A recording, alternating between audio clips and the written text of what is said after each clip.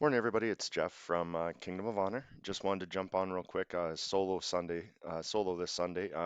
Shane has been having some technical difficulties, and hopefully he'll be able to join us. But if not, I wanted to run a little bit here because it was such a big week. First of all, we watched Godzilla Kingdom, or King of the Monsters, to gear up for the upcoming Godzilla versus Kong, and I'm going to say I was pleasantly surprised.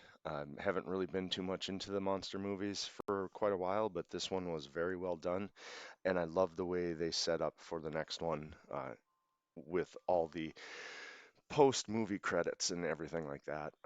It was a very enjoyable movie, and if you get a chance to watch it, I would definitely recommend doing that. Also, when it comes to wrestling, I mean, it was just such a huge week. We had AEW Revolution this last week, which um, was underwhelming to say the least.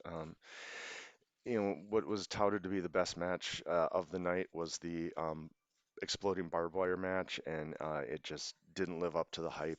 I'm hoping that this means that the whole Kenny Omega John Moxley thing is done and Mox can kind of move on to something else.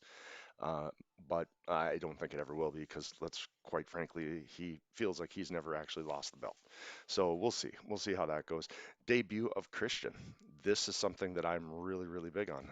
Christian was one of the most underrated WWE superstars of all time. He did make a comeback, after years of dealing with injuries that forced him to retirement. And, he's a little older, and I know we've talked before about how we don't want the top spots going to older guys. I don't know how I feel about him being the next challenger for Omega, walking in off the street like that. I love the fact that they are keeping all of his Impact stuff. He's back to instant classic Christian Cage. That music, his music from TNA was always some of my favorites. But also speaking about Christian Cage, I do think he is very underrated. I think he is somebody that can put on, like you said, an instant classic with anybody. He's very talented, great on the mic. He's just a five-tool player. The other debut that happened, which is to me another five-tool player, and I'm really happy that Ethan Page made his way to AEW as well.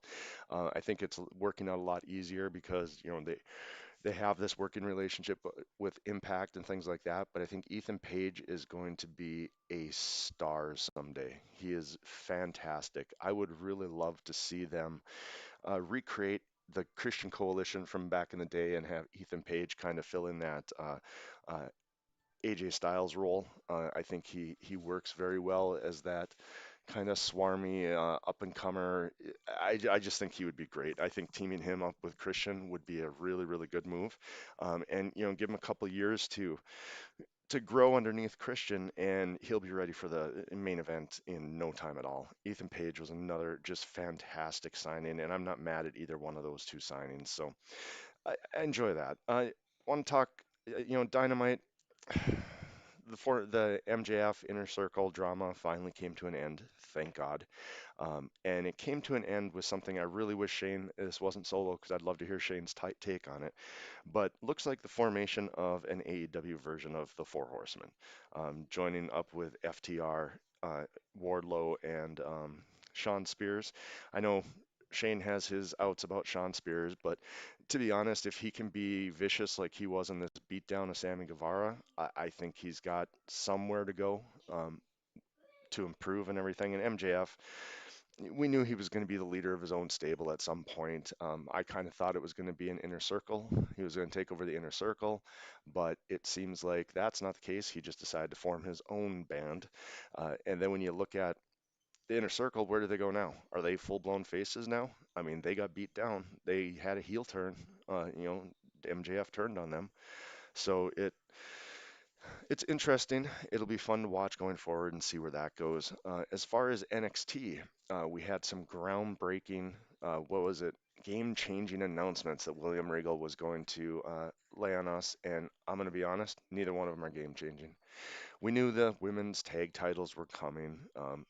We also It's a two-night event for NXT is nothing new, especially since Japan's been doing it for a couple of years, and WWE did it with WrestleMania last year. So, I don't think I think in the future, maybe be a little more careful with the whole game-changing announcements because nothing that you announced was game-changing. The other thing was the creation of the tag titles. Great, fine. Another title that, they're really pushing the women's division. The women's division, NXT, is amazing. Always has been. Reminds me a lot of the old TNA knockouts because that was the women's division in the 2000s. So I'm enjoying what I'm seeing with it. The problem is, why give the belts to Kai and Gonzalez only to have them lose less than 50 minutes later?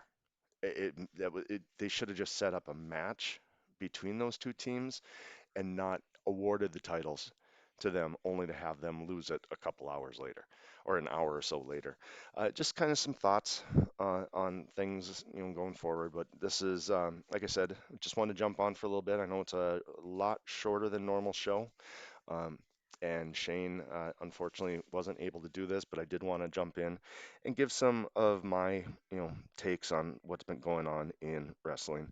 But thanks, guys, for listening. If you would, please hit that like button, subscribe button, ring the notification bell, and it's really all I've got, for this week. So, um, again, thank you, and have a good day. Goodbye.